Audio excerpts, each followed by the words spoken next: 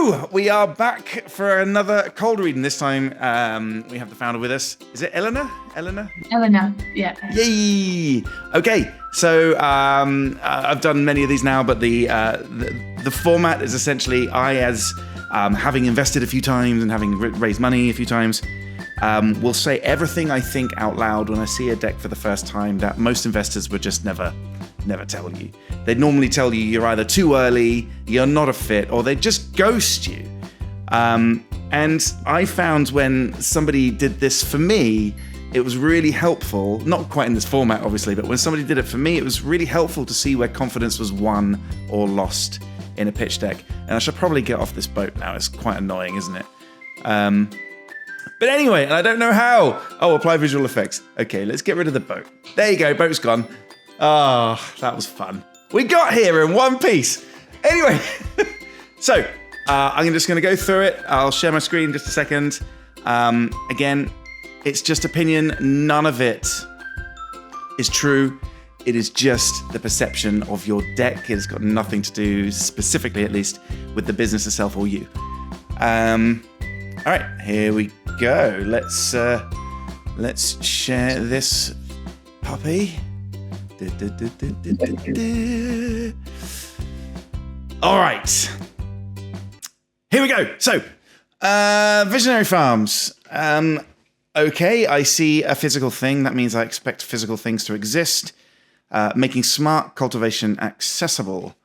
Okay, so I'm immediately thinking of things. We're in the land of the hydroponics or the vertical farming or the kind of genetic kind of control over farming methods or soil health, things like that. That's where my brain is at. It's an area I'm very interested in. And so cool. Just have a quick look. We have 19 slides, and these little thumbnails tell me there's a lot of information in some of these slides. So I'm going to scan it. And what I'm basically looking for are the things to pop out from start to finish, things to pop out so I can get a narrative of the deck. And if I feel that I am interested in something, I'll go back to it. If it was like 8 to 10 slides, I'd probably read it at the speed you intended, but it's just a bit too many. Okay, so here we go. By 2050, we need to produce 50% more food than today. Maybe. I have heard stats that they don't necessarily contradict it, but they basically say we need to stop wasting food as opposed to producing food. So it depends on your perspective, but fine. Controlled environment agriculture is climate independent. Okay, so again, hydroponic farming, yep, we understand. Is inaccessible for small and medium enterprises, but what, like being Q? Like what? Okay, I don't. Oh, SME growers are alienated and discouraged from participating because they lack access to efficient. Okay, so full declaration: I was very early supporter of freight farms, which were attempting to turn shipping containers into basically stacked vertical farms to sit outside of restaurants. So they had access to fresh ingredients in city spaces. I believe they're very successful, but I haven't checked in with them for quite some time. So this is related, I think, but it's not the same. Okay, I see loads of... So here's what's going through my brain already immediately is as I'm looking at this going, I've seen a lot of university projects pitch similar things, whether it's mushrooms out of kind of coffee waste in vertical, closed spaces, whether it's the shipping containers as vertical farms, whether it is like robotics replacing humans in vertical farms, whether it's soil regeneration. I've seen lots of things coming out of university projects that never really turn into companies. And it's not because the ideas aren't good, it's because the founders never really had any intention of starting a company, despite them raising money. So I'm going to be looking for evidence that founder yourself is a fit. All right, I'm starting to get a bit bored now. I know what CEA is. 6,000 plus 45, so it's in dollars. Interesting. Okay, so basically you're a shelf with some smart stuff on it. I can go into just a bunch of stuff now. We've got significant traction. Okay, So you use the word significant. Let's see if it's significant. In 2020, we started building in Russia with 2 million non-dilutive research grant. Congratulations. Delivered 18 projects. Fucking hell. Okay. Significant? Yeah. Relocated to the UK. Of course, secured 330k contract for a farm in Poland, but you've relocated to the UK. Something in Finland. So the geography doesn't make a ton of sense to me. And so therefore, from an investor's point of view, I'm now starting to think, do I have what's called geography risk, which essentially means as an investor in a company where you like to invest locally, for whether it's tax reasons or relationships with founders, or there's a risk of a company relocating its corporate headquarters out of the jurisdiction in which you made your investment, those can add significant risks to an investor's capital gains, basically. So if I invest in a company that's not UK-based, I will not have the same capital gains benefits than I did if I invested in a UK company. So I'm starting to think, okay, I need this to be a UK company because it doesn't need to be a UK company, but I need to know I'm getting into what I'm getting into and that it's stable. And this like relocation to the UK, but we're talking in dollars and we're doing contracts with Poland and Finland is confusing because why would you not be focusing on what is now arguably your home market, particularly one where this is so prevalent? Why is your tech stack I've seen these kind of small scale at home kind of microponics offerings where this feels like a slightly larger version of that. So okay, yeah, we all know it's a massive market. I don't think hate slides like this so much. I hate them. I'll tell you why. Because what this basically says is that these well-funded alternatives, potentially well-funded alternatives, although I don't really know Vertical Future and I don't know IGS, you're basically saying that they're stupid. It's like saying, well, they're not focusing on it, therefore they must be stupid. Whereas in fact, as an investor, I'm willing to bet that if they are even somewhat successful, they will have smart people there that have almost certainly looked at everything that you have looked at, but they've chosen not to do it. And we have to ask ourselves, why did they choose not to do it? And so when you compare features or things like that, you have to ask yourself, well, they've probably done some research. So I'm seeing like focus on SME growers. Why aren't these two established players focusing on SME growers? Like, if it's lucrative, why aren't they doing it? And affordable, by whose definition is it affordable? Because it's not affordable to SMEs or just not affordable in general? So that's arguably the same sentence. Okay, I'm still going. Because, no. These are big lines. Okay. Our forecasts are based on a detailed, good. I mean, considering you've generated revenue, I'd now expect a model with some kind of control. 260k in 2024. The thing, this is also jarring. Another jarring thing here is you speak about exceptional traction, which I was impressed with when I read it. So where were we? Slide 10, I think. Oh, who's that? I don't know who that is. I have to pretend like you're not here. If we've got 1.6 million in generated 1.6 million in annual revenue, but now what we're projecting in your first year operating in the UK is a $210,000 loss, it makes me question whether all of that stuff that happened before is true. And not only whether it's true, if it is true, has it continued into this business? Because then if it hasn't, all of those prior stats mean nothing. 2025, and that's, okay, so you bounce back in 2025, profitable with 26, is that gross or net? And then 15, okay, so let's just say for argument's sake, you end up making $100 million in revenue.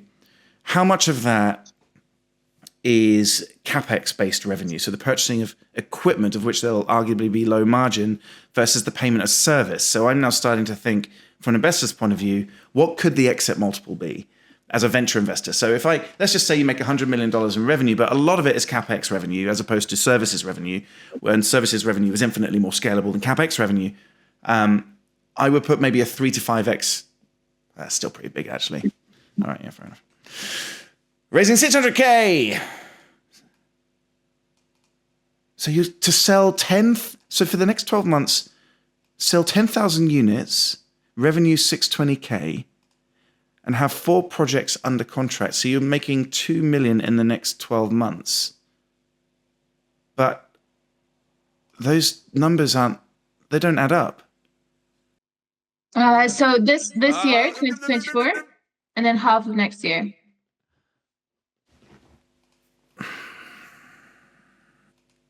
Okay.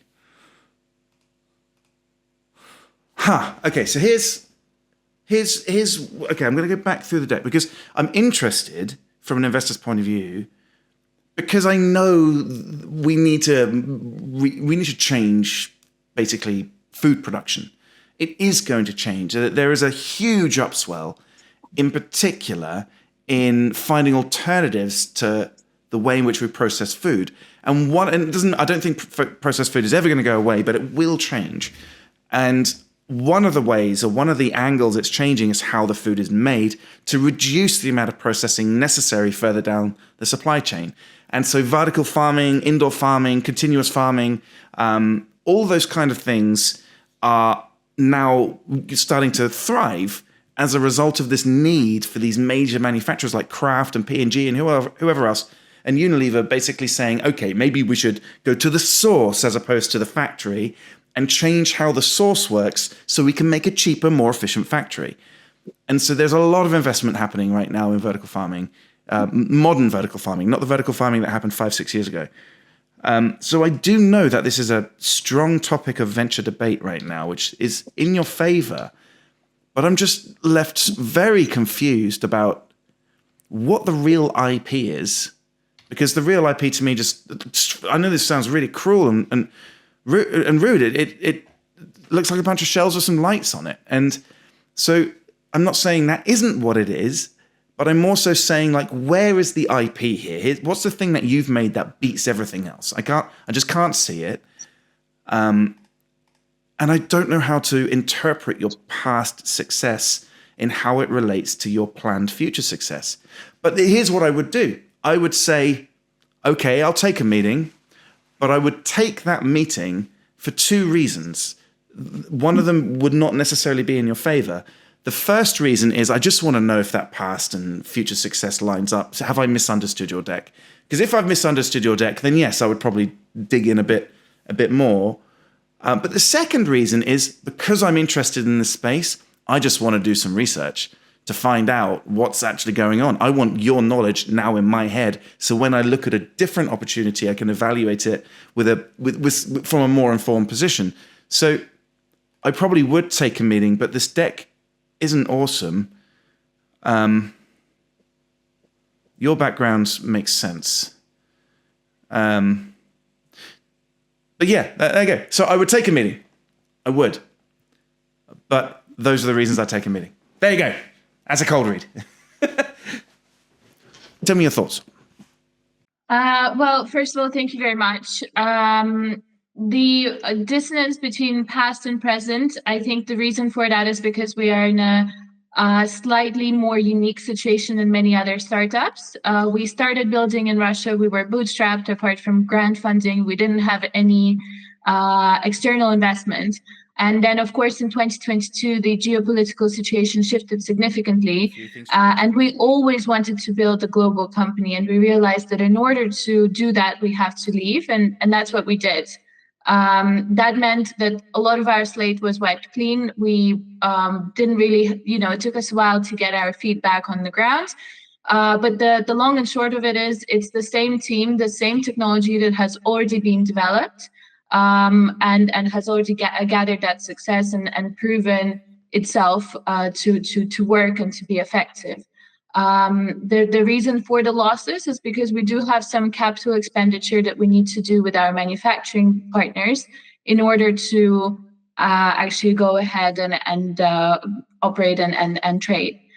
So in terms of the technology, the IP is a full stack. So I think if you go on slide 5, you can see everything we've developed so far. So that includes tunable grow lighting. And that grow lighting is not just a static lamp, it's integrated with our software system and is dynamically tunable depending on the type of plant you're growing and also the stage of the in the growth cycle. Then we have complete farm management systems. That includes the hardware, the controllers, and then that includes the software, which is digital twin-based IoT-enabled platform. And then also automated hydroponic systems, but automating not just the supply of the nutrient solution, but also the mixing itself.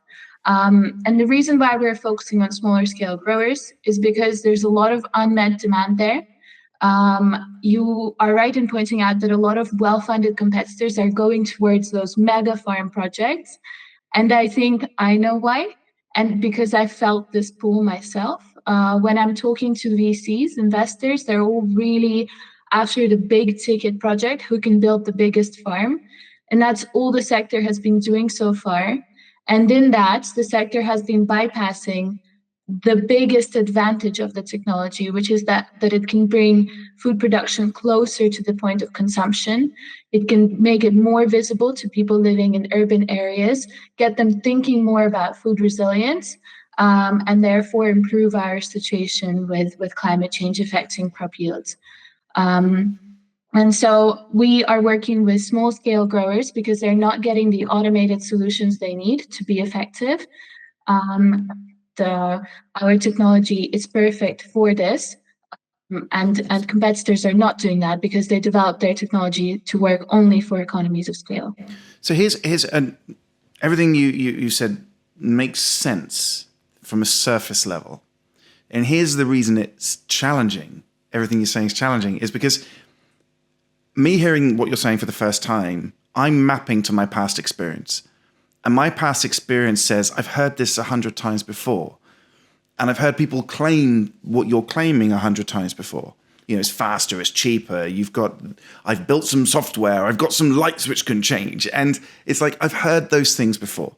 And when I've seen these companies start up before, they just are not successful. And there are some successes, but very few, relatively speaking. And so you're making... One of the challenges in your deck and with what you just said is that you're making claims that are not validated. And so you're sharing me your opinion, not the objective observations of others who use your thing. So I'll give you an example of a different way of saying what I think you're trying to say. What I think you're trying to say is that people who have entered the vertical farming world tend to target large mega farming projects. One of the reasons for that is because the sales cycle is so long that they need an enormous scale project to recover from the time it's taken them to make that sale, to show any growth whatsoever to investors. And so they've gone down that route. And so the individual sales for the SME is much harder. No one really knows how to do it. No one knows how to buy it. You know, if you're an SME, you don't really know what you're buying. The education level is maybe not correct. So no one's really cracked the SME market. Everybody's focused on that big market for those reasons. We have proven we can get into the SME market because this insert thing is what we do differently to everybody else. And here's the evidence to tell us why it works when theirs doesn't. So instead of it being, for example, in this particular slide, instead of talking about you've got tunable grow lighting, I mean this with respect, it sounds like you've got a dimmer switch, which I know isn't probably correct, but it's how it comes across. And then IoT-enabled climate and lighting control, I'll be like, Alexa, and then cloud-based cultivation management software. I'm like, I know there are loads of those. I can't think of the names off the top of my head, but I know there are lots of them. And then automated irrigation and fertigation. I'm like, I don't know about the fertigation, but I do know about the irrigation. There's tons of things. So is the innovation in your startup the tech, or perhaps, is it the business model? And so I'm left here seeing yet another vertical farming project that doesn't really make a ton of sense. So, does that make sense? Sure. I think the innovation is in the and. So first of all, the technology is innovative. If you look, for example, tell me why. don't worry, Okay, I'm sure. not testing you. I'm not trying to quiz you. I'm not trying to do any gotchas. There's no trickery here. Tell me why, so I can then say it back in a way that might help with your deck. Okay, absolutely. So, for example, if we look at automated irrigation and fertigation, so you're right, irrigation, let's drip some water on a schedule. That's fine. Fertigation is about mixing the nutrient solution up to the right concentrations of nutrients. And so far, the solutions that are available for that level of automation on the market are from companies like Priva, for example, for large-scale commercial greenhouses. These systems, just this morning, I was having a meeting with a smaller scale grower who bought a system from Priva. From a competitor, unknown competitor, named competitor to me, and he's having issues because it's just not designed for his application, and yet he paid through the nose for it. So that's where innovation lies, for example, in our hydroponic systems, is that you can use it on a small scale. It still works with the same and even better functionality to large scale commercial, but it's affordable both in price and it's accessible in terms of how to use it, how to install it, and it's accessible specifically for the smaller scale grower. And that's not really being done yet. And specifically for indoor farming and vertical farming. And then tunable grow lighting, that's not just dimming as in the intensity, it's also the spectrum. So we use between 3 and 6 channel LED control. So that allows you to control basically the color of the light that's produced. That means that you can adjust the light for different crops in different stages of life of their life cycle. So for younger crops, more blue light to develop roots so that they can put on leafy growth quicker in the later stages. And the innovation there is, first of all, we have cultivation lighting recipes for over 60 different varieties, and we developed those on the basis of my co-founder's PhD research. His PhD was looking at optimizing lighting spectra for indoor cultivation, and as a result, he developed a methodology for writing, optimizing the lighting spectra, for researching it, and we've been able to develop on that ever since. And of course, the important part of the innovation is the integration with our software. Because we have a full stack solution, we have all of the key components needed to build and operate indoor farming facilities. We're not taking controllers from Priva, taking lights from Philips, and then trying to cobble it together in a container, and therefore that would be a low margin sale for an integrator. For us, this is our own components that we developed in-house, integrated with our own software. So there's one interface to control the entire farm. Right now, I'm speaking to smaller scale growers. They're using either timers, literally manually setting things, or they're using 3 interfaces to control all of the systems in their farms. That's not efficient. It's hard to understand. It's hard to train new personnel, and it's hard to see potential improvements. So that's a big improvement in terms of what's available. And you're right, for larger scale growers, that's already out there. Because those companies that are larger scale growers like Bowery, they had to develop it themselves. Small scale growers don't have that ability, and so we're here to provide it. Okay, I know how I'd pitch your pitch, and I'm probably going to say a few things that you disagree with, which is either me obviously not understanding, or, and I mean this with all the funness I can shove down the internet, or you have tuned your own pitch to such a point where you're in in machine learning terms, you're in like a local minima. You've kind of optimized to such a point where it might be hard to see over the hill that there's actually a better place on the other side of that hill. So I actually, I don't think you're a tech innovation. I think you're a business model innovation. I'm like, if we really think about what it sounds like you're telling me you've achieved that your competitors or other services have not, is that you've basically found a way to bring hardcore, super amazing vertical farming in a micro scale. And that's the innovation. And a lot of that required re-engineering of the full technology stack to make it affordable for these people. It's all about saying there is a category of customer there which cannot afford these mass things because they're not just their tech, but their businesses are set up in such a way that they're only really profitable when they do mega farm projects. You've said to yourself, well, that's left a huge hole for these people. And I still don't know who these people are, by the way, and you have not validated it in your deck either. But let's just put that aside for a moment. There is a market associated to the smaller producer that is priced out of this technology. You have found a way to re-engineer the core components of that technology to make it affordable to that group. And so you're giving them exact same thing. Like you're saying, hey, be as good as. And I think if you try and claim that you're better, I would call bullshit. But what you can do is you can claim you're infinitely more financially efficient because of the engineering changes that you've done.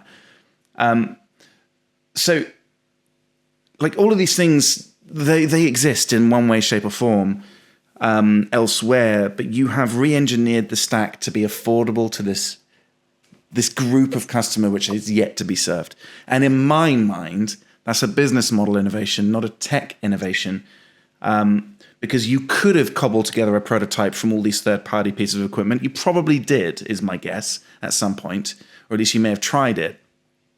And you've realized, well, that's not going to get the price down, is it? So we've had to build it. That would be my guess. I don't know if that's true.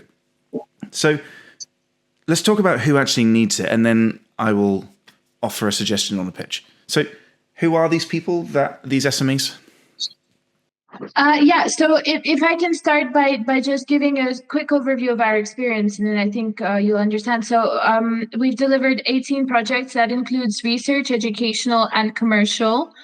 So when I say research, university research projects, like you said, educational, farms and schools, farms and primary schools. We also delivered a farm to a SEN school so children can learn the applications of their STEM studies.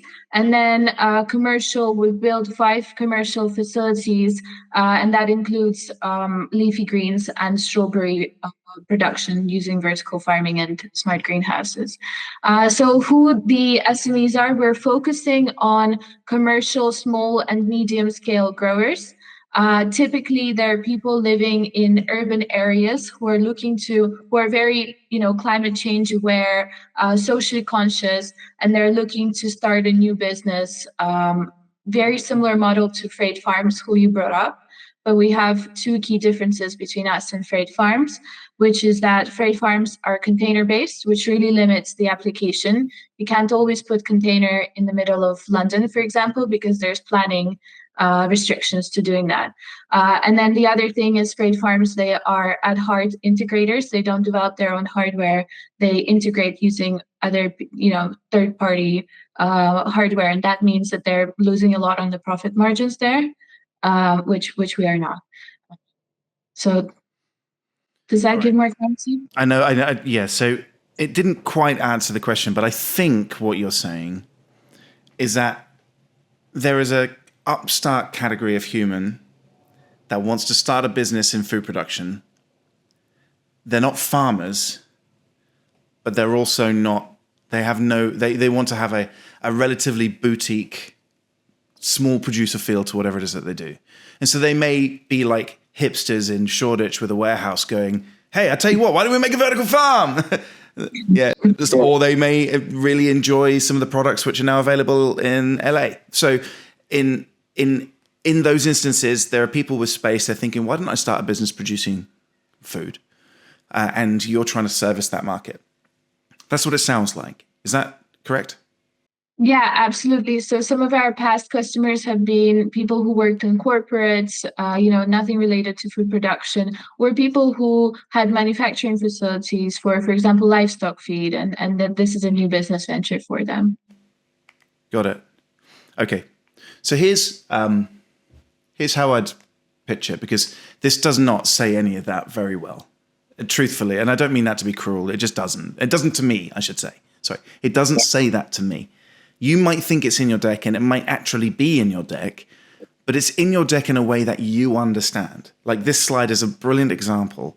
To me, I'm just like, I can just go to B&Q and buy those things. But you're telling me that that's not the case.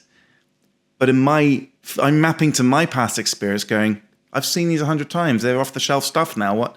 So what? Like, so I say, I've designed a new microphone. It's like, cool, good for you. We've got to focus, for this to be successful, we've got to focus on the thing that's different, not the thing that other people have necessarily done.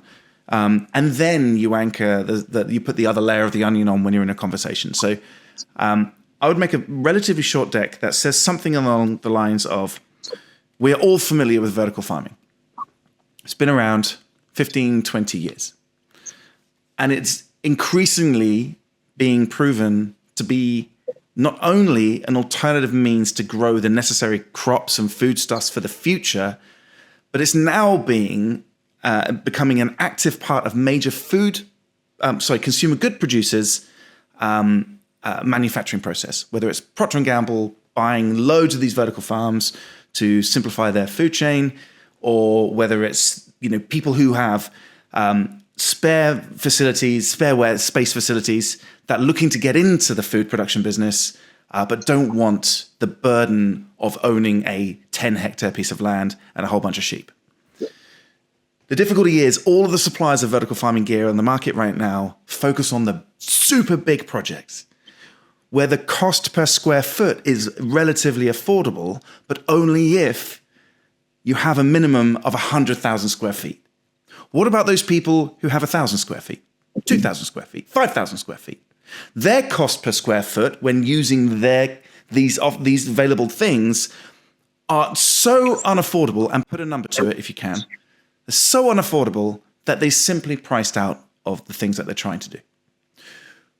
We successfully won a $2 million grant to explore if it was possible to re-engineer all of the things that are meant to work at scale to work at a micro scale. And in that journey, we've done 18 commercial projects valued at $2 million in revenue. Now, for us, that was research, and it's lovely to be paid for your research, not just by grants, but by revenue itself. We have now entered the UK and European market to service this mid-tier client, of which all these other manufacturers simply cannot access because their price per square foot at small scale is so high. We have re-engineered every single component in the technology stack to be affordable and deployable rapidly. So we're raising X amount of money to take the pipeline which we have and execute those projects with a little bit of risk capital so we can refine, redesign, change our go-to-market as we learn more, and so on and so on and so on. And then you somehow in your deck, you say, this is the cheapest it's ever going to be. So if you want in to what is effectively the Philips Hue effect for vertical farming, we're the first to market and the best to market. Come and join. Something like that. That's how I'd pitch it. Everything else is kind of like, don't care. Okay, that's really great. That sounds really exciting way of putting it. So thank you for that. I think when you're a tech founder, you can get bogged down in the details and want to tell every single detail, but Absolutely. The way you've given it, it's a great overview. Yeah, and I'm not saying I'm right by any stretch, because there's probably loads of things that I've missed. But there's so much of this can wait for a conversation. Mm-hmm. The deck is meant to get to the conversation. That's really what a deck's about nowadays. A lot of people used to think, oh, you need a big deck because you need to do a big presentation. And so all of these formats are hangovers from those days when it was a lot more formal to raise money. But now it's not. It's really based on somebody's willingness to put their reputation on the line for you. And that's an exercise in confidence. So if you can get to the conversation, it's in the conversation you build that confidence. So you don't need 19 slides, not for this kind of deck anyway. Maybe if you're like an investment committee with a VC, you'll need a slightly bigger deck. But to get a conversation, you'll be able to tell your story, in my opinion, in 7-8 slides. Something along the lines of, we all know vertical farming is worth X amount of money. Mm-hmm. They are very cost effective and very effective in general at a certain size. Below that size, they become prohibitive. Mm-hmm. We took $2 million of grant money and re-engineered the technology stack to make it affordable on a price per square foot basis. We convinced 18 people to do it, 18 companies to do it, and generated $2 million in our test phase. as a result of that, we are now building a round of shareholders to help us go to market. Turn this from a project to a company. We want experienced, seasoned investors that know what the fuck they're doing, or will shut the hell up, write a check and just run away. One of those two. Anything in the middle, you can just fuck off. To be at the ground floor of the Philips Hue for the vertical farming industry. And that's it. That's all you need. You don't need anything else. Fuck your competitors. Like, who cares? No one cares. We all know that there's lots of them. All right. Anyway, so I hope that was helpful. It's just opinion. If it's not helpful, that's okay. If it is, cool. No, super helpful and very fun as well. So I'm glad I did it. Amazing. Nice Okay, to I'm meet going to you. stop now. And if you need me, you know where I am. The internet.